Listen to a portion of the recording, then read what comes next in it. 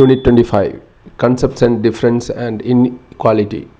Contents: 25.1 Introduction, 25.2 Difference and Inequality, Conceptual Understanding, 25.3 Natural and Social Inequality, 25.4 Major Theoretical Perspective, 25.5 The Debate, 25.6 The Rise of Meritocracy, 25.7 Conclusion, 25.8 Further Reading, 25.9 References.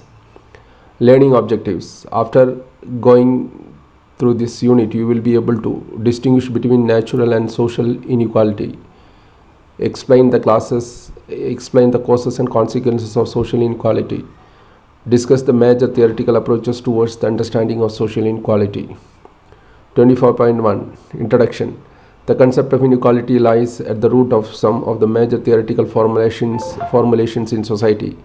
It constitutes the basic component of the phenomenon of stratification in society, which some of the senior and established sociologists, as also younger scholars, have studied extensively, on which they have written articles, monographs, and textbooks.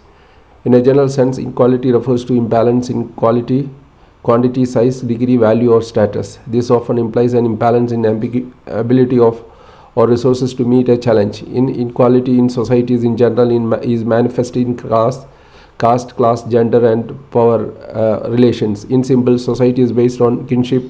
Stratifications is evident in status distinctions determined by age, sex, and personal characteristics, as among Australian Aboriginal communities. In this unit, we will explore the twin concepts of the difference and inequality intensively. The major concerns here is with finding out how and in what conditions differences between people get transformed into inequalities. Having determined the point of departure between the difference and inequality, we will explore the two broad types of inequalities: the natural inequality and social inequality. We will subsequently discuss the major theoretical approaches towards the understanding of social inequality. 25.2 Differences and Inequality, Conceptual Understanding. People in a society are divided into different categories based on one or a set of criteria. Social stratification refers to the division of people into different categories. These categories may simply reflect differences between people grouped in them. The implicit assumption here is that the differences between categories is important. However, no weightage is given to the difference between them. That is, the categories are not assigned unequal statuses or unequal rewards. The different categories of people are created alike, and one is not treated as more significant than the other. This is the concept of difference in social categories. When unequal statuses and rewards are attached to a social categories, and these are ranked on the basis of one of or more defining factors, they are treated as unequal. According to Gupta, differences assume importance when ranking diversities becomes difficult. Social stratification incorporate concept of both difference and inequality. Box 25.1 Social stratification, difference and inequality. If instead of power or wealth, one takes into the account forms of stratification based on differences, then the geological model cannot be easily invoked. For example, the linguistic differences cannot be placed in a hierarchical order. Looked at closely, neither should differences between men and women be understood in terms of inequality. Sadly, however, such differences are never always allowed to retain their horizontal status. They usually tend to get hierarchized in popular consciousness.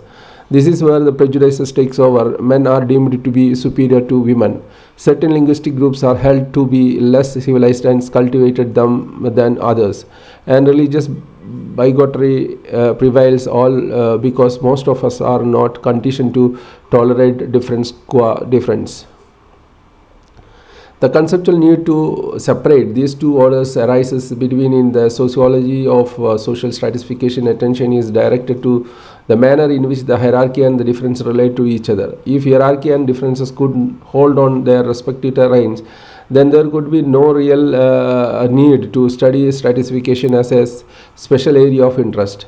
If it is hierarchy alone that is of interest, then social inequality would be a good enough rubric within which to organize or study If, on the other hand, it is only differentiate that is of concern, then the tried and tested term social differentiation should do adequately. The term social stratification, however, is not a synonym of either social inequality or of social differentiation.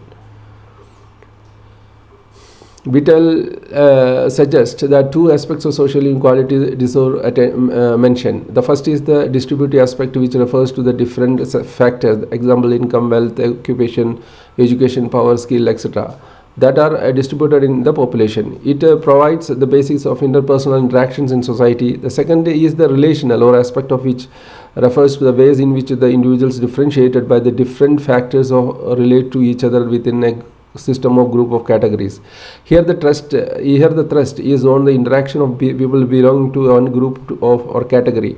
He explains that the major form of social inequality that have been studied by sociologists intensively are those that arise out of disparities of wealth and income, those that have a bearing on unequal prestige or honor, and those that are born out of imbalance in the distribution of power.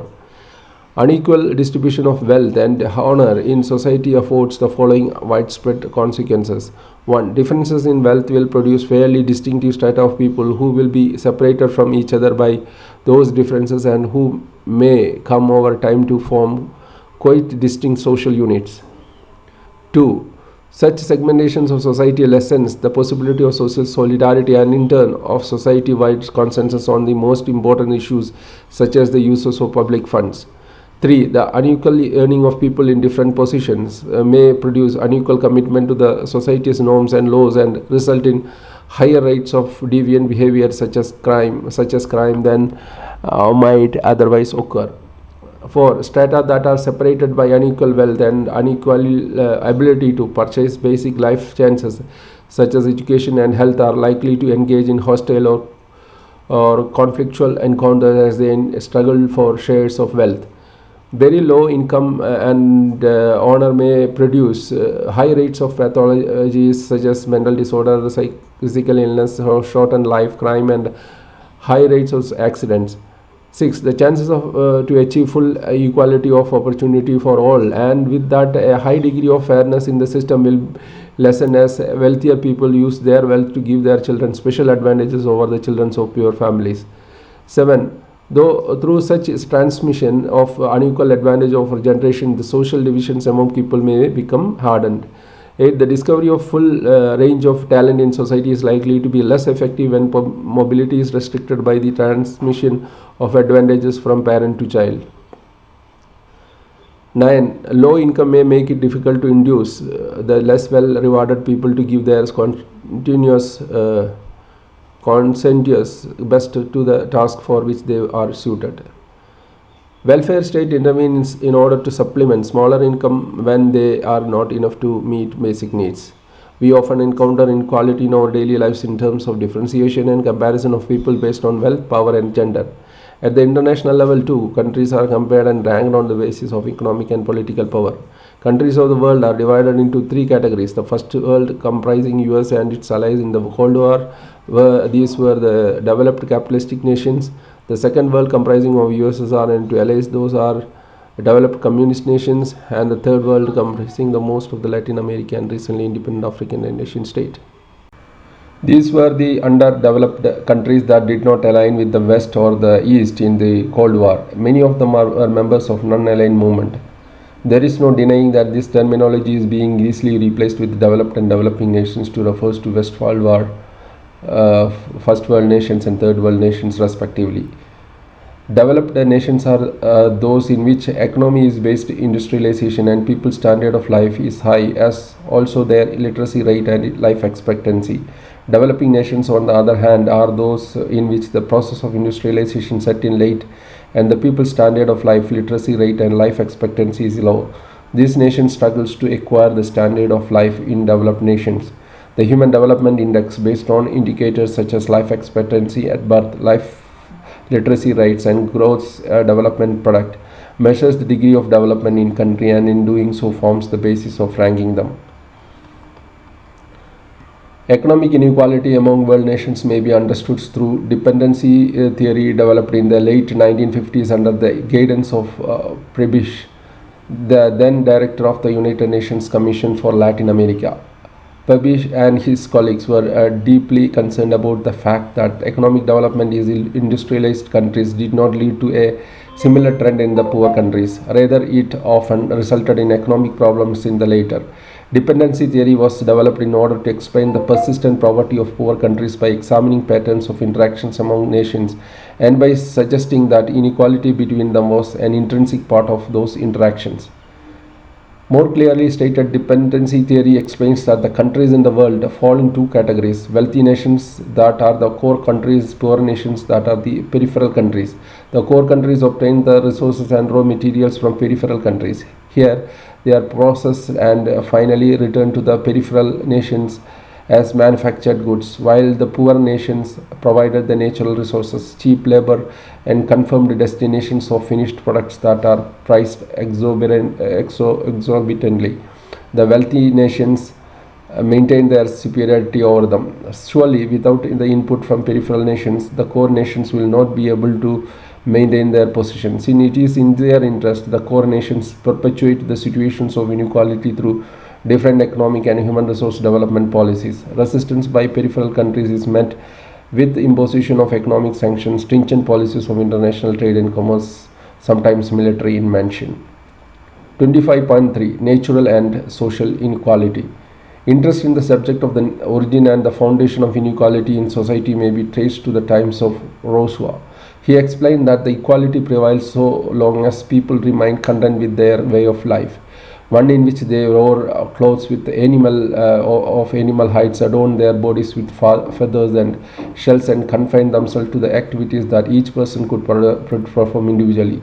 From the time one person began to stand in need of help of others, when one person began to collect provisions, work became inevitable and equality really in relationship disappeared.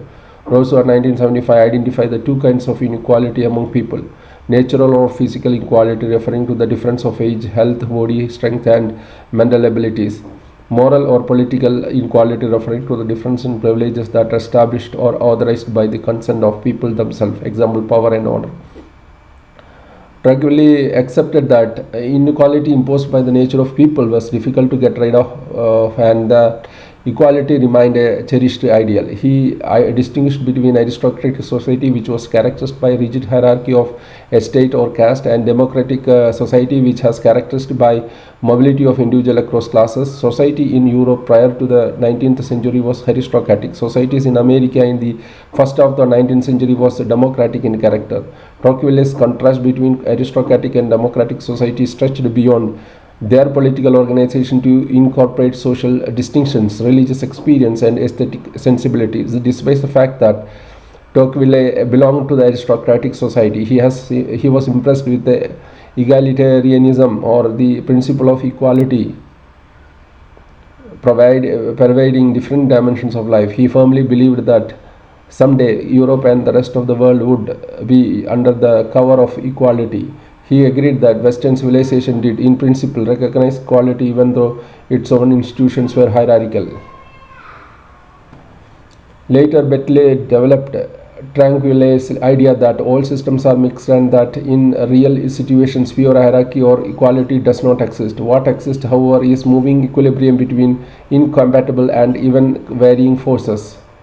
Berkeley proposed a distinction between harmonic system, in which a society is divided into groups that are hierarchically placed and the ordering is considered appropriate, and disharmonic systems which are there is no consistency between the order in which groups are arranged and the natural scheme of things. That is, there is a discrepancy between the existential and normative orders. He explained that a disharmonic system in terms of one which upholds equality as an ideal but practices inequality. In Berkeley's own words, the great paradox of the modern world is that everywhere men attach themselves to the principle of equality, and everywhere in their lives as well as in their lives of others they encounter the presence of inequality. The more strongly they attach themselves to the principles or the ideology of equality, the more oppressive the reality becomes. We often encounter natural inequality in terms of differences in capacity and potential abilities bestowed on individuals by nature that make for unequal endowment of opportunities available to them. Bentley writes to an anthropologist for whom the variety of cultures have a central place in human scheme of things. It would appear that the idea of natural inequality is inherently ambiguous, if not a contradiction in terms. Natural presents us only with the differences of potential differences. With the human beings, these differences do not become inequalities unless and until they are selected, marked out, and evaluated by processes that are cultural and not neutral. In other words, differences between equalities only with the application of scales, and the scales with which we are concerned in talking about the equalities in a social context are not given to us by nature, but culturally constructed by particular human being under particular historical condition. Consider the examples of two children, one who is blind by birth and the other two has normal vision. The two children are endowed with the unequal abilities that make them perform the same task with unequal precision. So long as we do not evaluate the performance of the two children and judge their ability, there is no perception in inequality, natural or social. The two children are said to be differently endowed by nature. Naturally, inequality between them is perceived when we assess their performance. We then refer to natural inequality to mean inequality meted out by nature itself. Natural inequality becomes the basis of providing opportunities and resources, providing privileges and discriminating nations that form the groundwork of social inequality. One example of social inequality is endowed in division of labor, which is accompanied with inequality in status and power.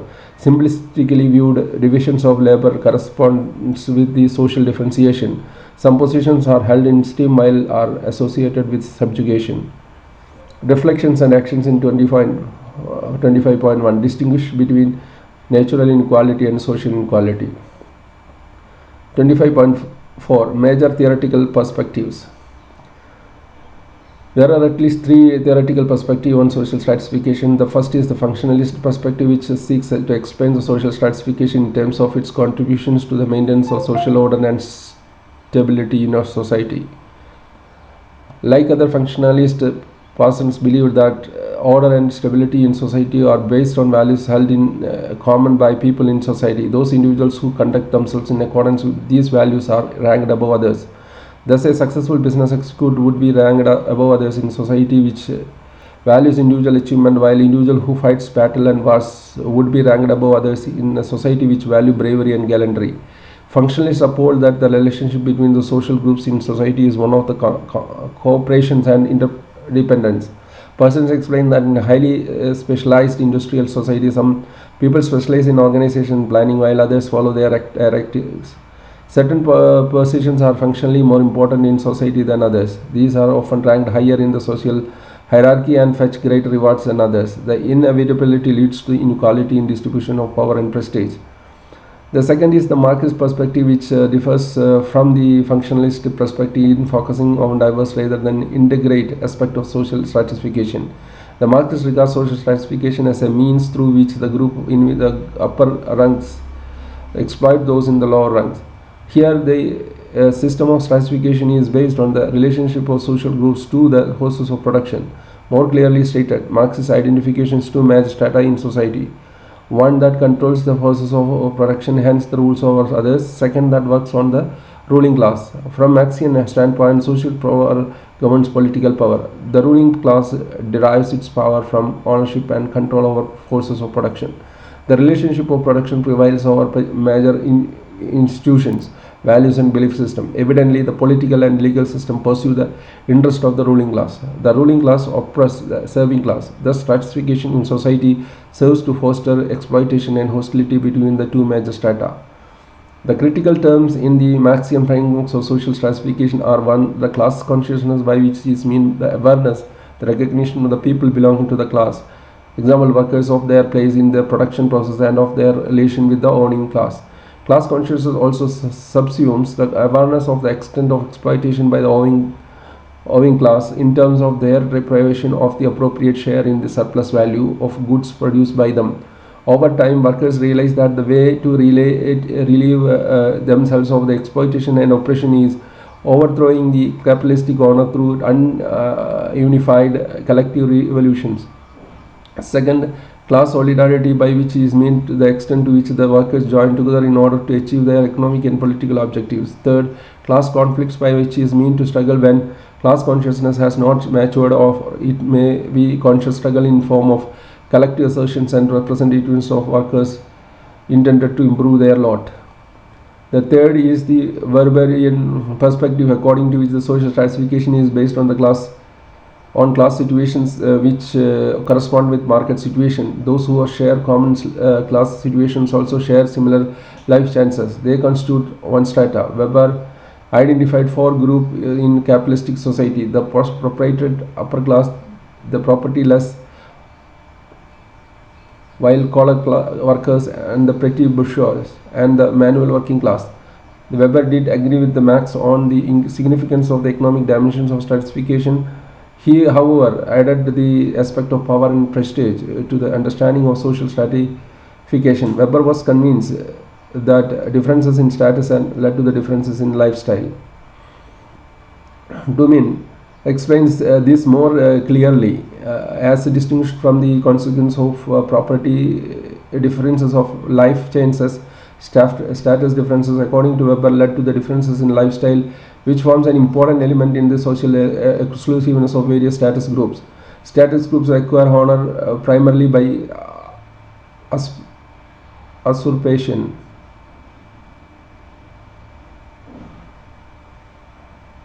They claim certain rewards and act out their claims in terms of certain manners and styles of behavior and certain socially exclusive activities.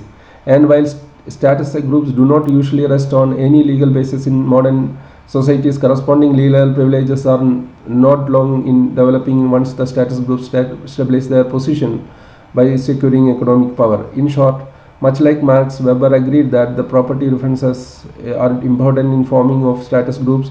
Property difference also defines the lines of distinctions and privileges among them. Unlike Marx, Weber assigned greater importance to status groups than to the development of community feeling and motivation for undertaking concerned actions by members of an economic class against the system.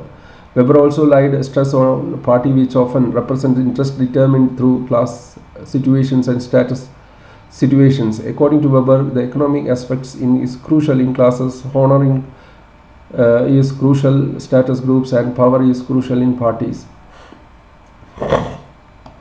Weber's perspective on social stratifications derive from three components: class, status, and power. Wheatley writes, in a Weber's scheme, class and power appears to be a generalized categories. The former arises from unequal life differences in a market situations, and the later form the nature of dominations, which is present in one form or another in all the societies. Status, on the other hand, seems to be a kind of residual category.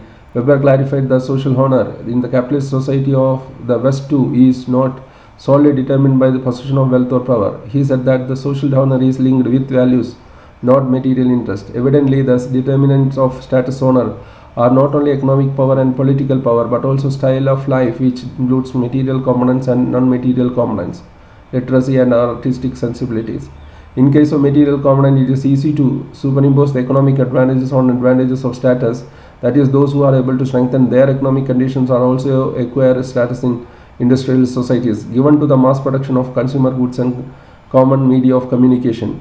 The spread of uniformized education greatly reduces the distinction between non-material component of people's style of life. Beadle 969 explains that the economic advantages are not easily translated into status advantages because of several reasons. In order to acquire an exclusive style of life, an individual has to be a part of a particular social milieu. Often he or she has to encounter resistance for those who are part of that social circle. This resistance suggests the importance attached to inequality.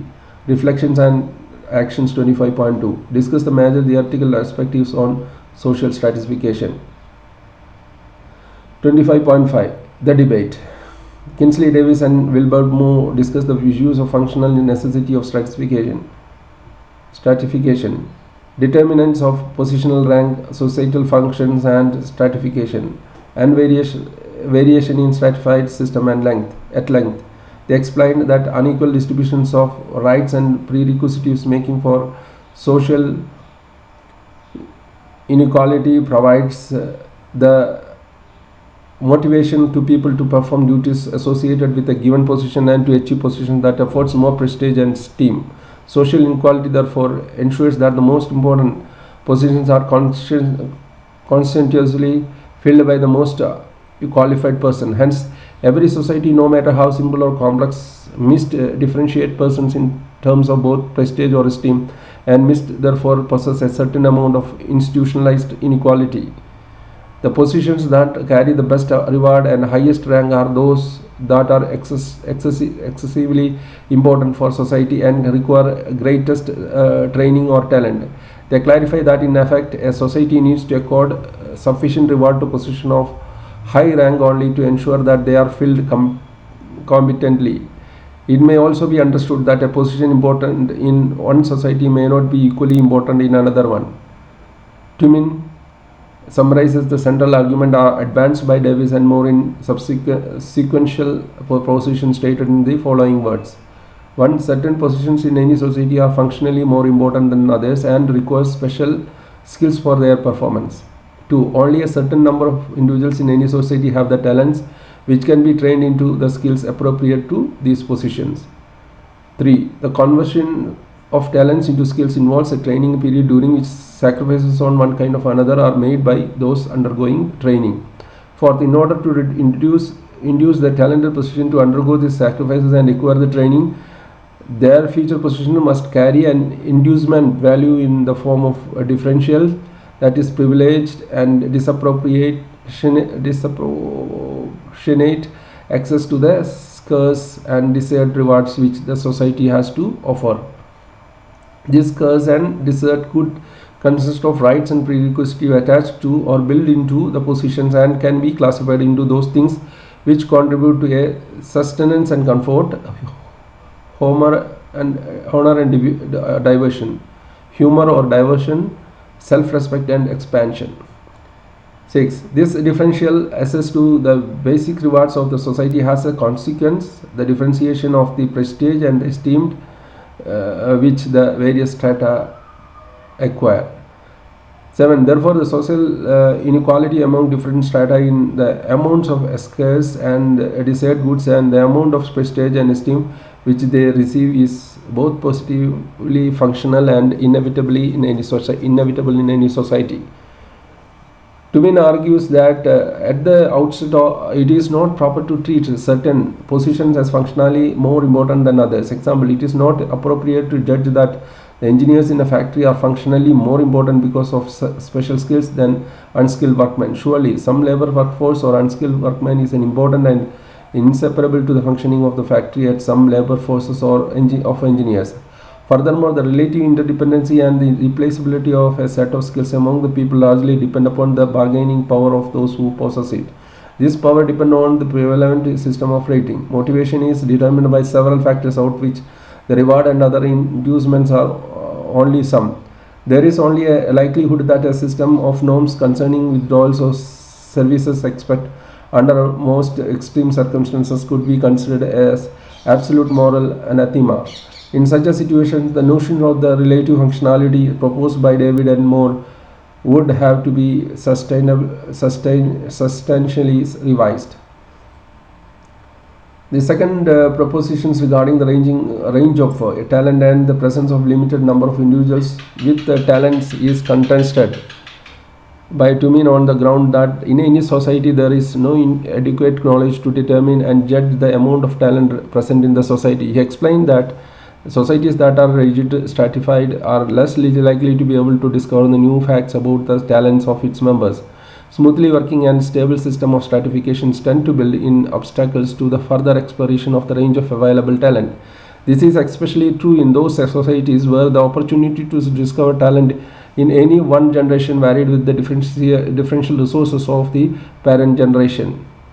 If the differential rewards and opportunities are socially inherited by the subsequent generation, then the discovery of talent in the next generations become particularly difficult. More importantly, motivation depends on the distribution of rewards in the previous generation. This means that the unequal distinctions motivation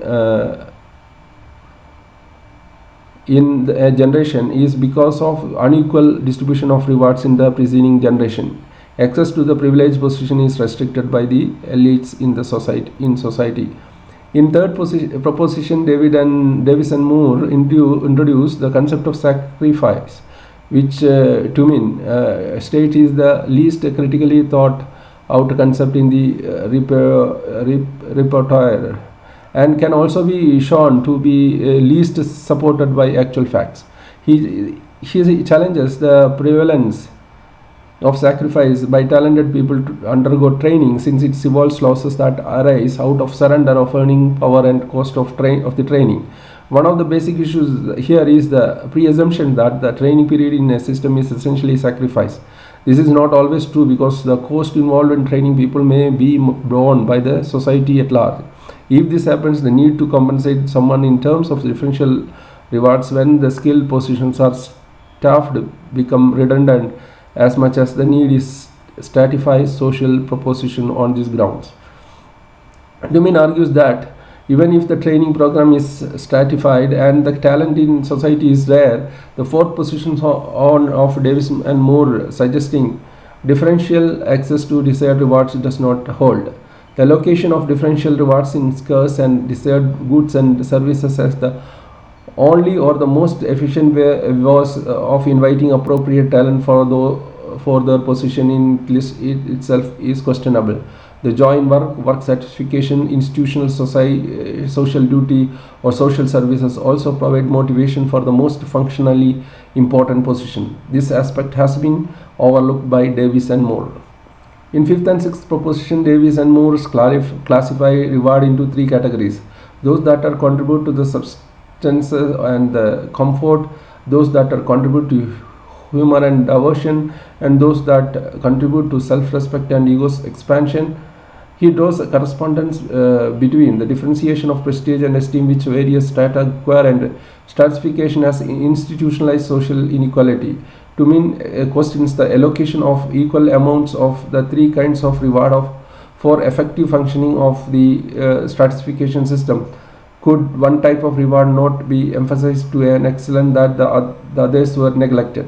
He says that it is not possible to determine whether one type of reward or all three of them induced motivation. Societies emphasize different kinds of rewards in order to maintain a balance between responsibility and record. Again, the differentiations in prestige between conformist or the deviation does not dedicate with the distinction between strata of individuals, each of which operates within the normative order and is composed of adults. The seventh proposition of Davis and Moore focus on social inequality among different strata in terms of scarce and desired goods, as also the amount of prestige and esteem they incur. These are the positively functional and inevitable in the society. To me, 1953 writes, in if such differential power and property are viewed by all as commensurate with the differential responsibilities, and if they are culturally defined as resources and not as rewards, then no differentials in prestige and esteem need to follow. Box 25.2 Dysfunctions of Stratification. Tumin proposed the following provisions assertions. 1. Social stratification system functions to limit the possibility of discovery of the full range of talent available in a society. This results from the fact of unequal access to appropriate motivation channel or recruitment and center of training. 2. In a foreshortening the range of available talent, social stratification system functions to set limits upon the possibility of expanding the production resources of the society, at least relative to that what might be the case under conditions of greater quality of opportunities. That the social stratification system functions to provide the elite with the political power necessary to produce acceptance and dominance on an ideology which rationalizes the status quo, whatever it may be, as a logical, natural, and morally right. In this manner, social stratification system function as essential conservative influence in the societies in which they are found. 4. The social stratification system functions to contribute favorable self-images unequally throughout a population. To the extent that such a favorable self-images are requisite to the development of creative potential inherent in men, to that extent a stratification system functions to limit the development of this creative potential. 5th.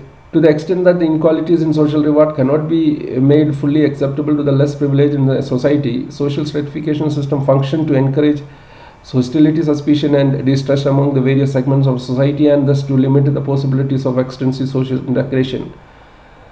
Six, to the extent that the loyalty to a social depends on the sense of significance, membership in society depends on one's place on the prestige ladder of society. Social stratification system function to distribute adequately the sense of significant members in the population.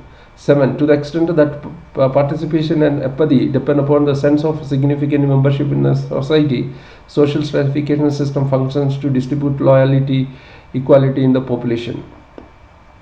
8.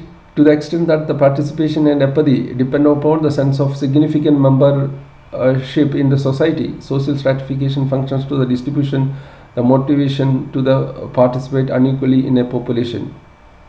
David in turn asserts that Tumin seeks to demolish the concept of institutionalized inequality. He offers no explanation of the universality of stratified inequality. While the interest of Davis and Moore lay in understanding the stratification exists in a society, Tumin argues that stratification does not have to be. Evidently, they are addressing different issues. Further, Davis alleges that Tumin critically suffers from confusion about abstract or theoretical reasoning with low empirical generalization. He defines his own proposition by stating that the chief concern was the stratified inequality as a general property of social system involving high degree of abstraction. Again, Tumin's critical appraisal of the theory proposed by Davis and Moore is based on only one article, conveniently ignoring other publications that answer several questions raised by him. His own understanding and presentation of Davis and Moore theory is inadequate. This is in fact is why the Tumin's concept of stratification is inconsistent. Moore too explicitly states that Tumin has not defined social stratification clearly. This led him to wrongly assume that differential rewards and inequality of opportunity were the same thing. Tumin guards his position on several counts summarized in the following words. Of course, all institutional arrangements of any complexity are bound to be mixed with their instrumentality.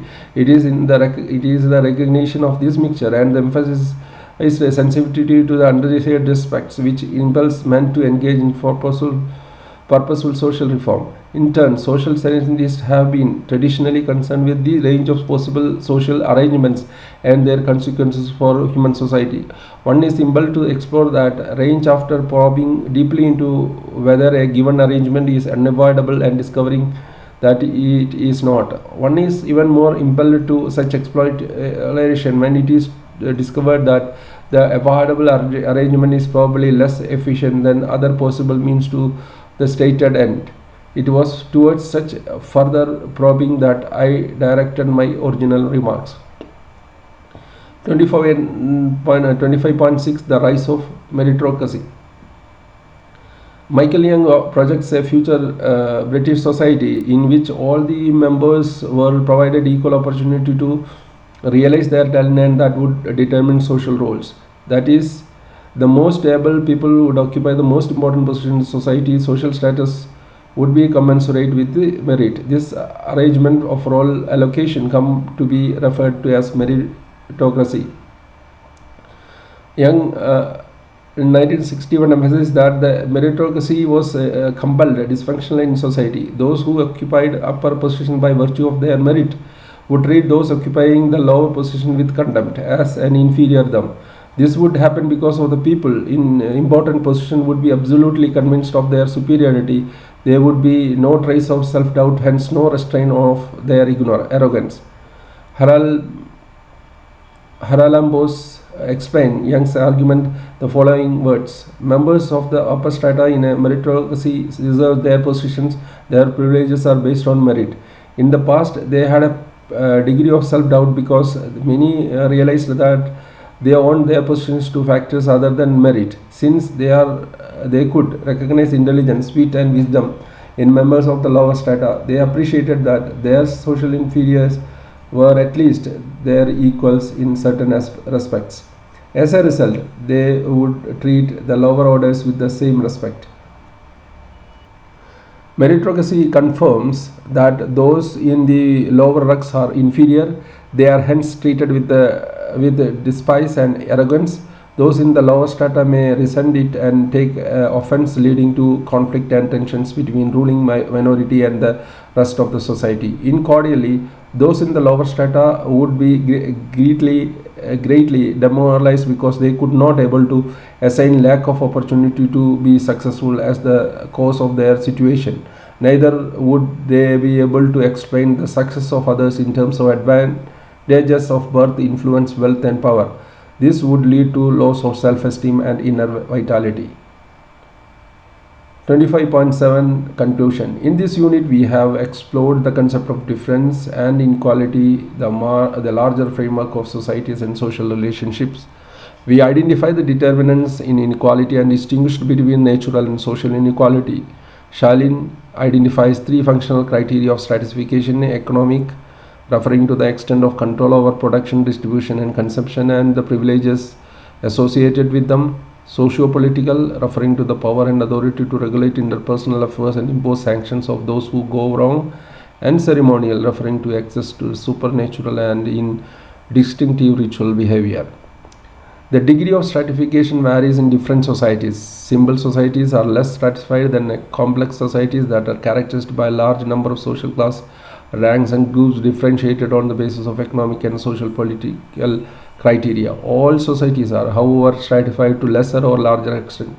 Egalitarian societies, those in which every individual has equal status, are only theoretically real, for all societies do afford differences in status and privileges to some individuals. Social inequality therefore continues to remain relevant in society and in sociological writings too. 25.8 Further reading. The idea of natural inequality and other essays.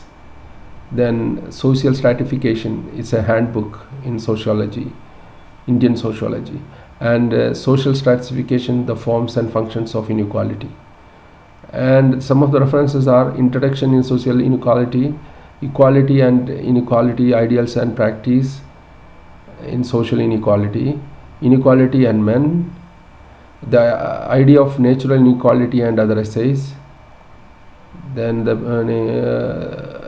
some principles of stratification in class, status and power, social stratification, comparative perspective, and dependency theory and introduction, it's a working paper, social stratification handbook in Indian sociology, another, and Dependency Alexis de Tocqueville in institutions and inequalities, essays in honor of Andre Betley by Ramachandra Guha and Jodhinathan P. Parry, Oxford University Press, New Delhi. And then another one is Sociology, Themes and Perspective. Then what is the origin of inequality among men, and is it authorized by natural law? Other one is Social Stratification in Social Inequality, Democracy in India, and Social Stratification, the forms of functions of inequality, and some principles of stratification in class, status and power, social stratification in comparative perspective, and then the Rise of Meritocracy, a Penguin books by Harmansworth. So these are some of the references. So this is the end of the unit 25, concept of difference and inequality. Thank you very much.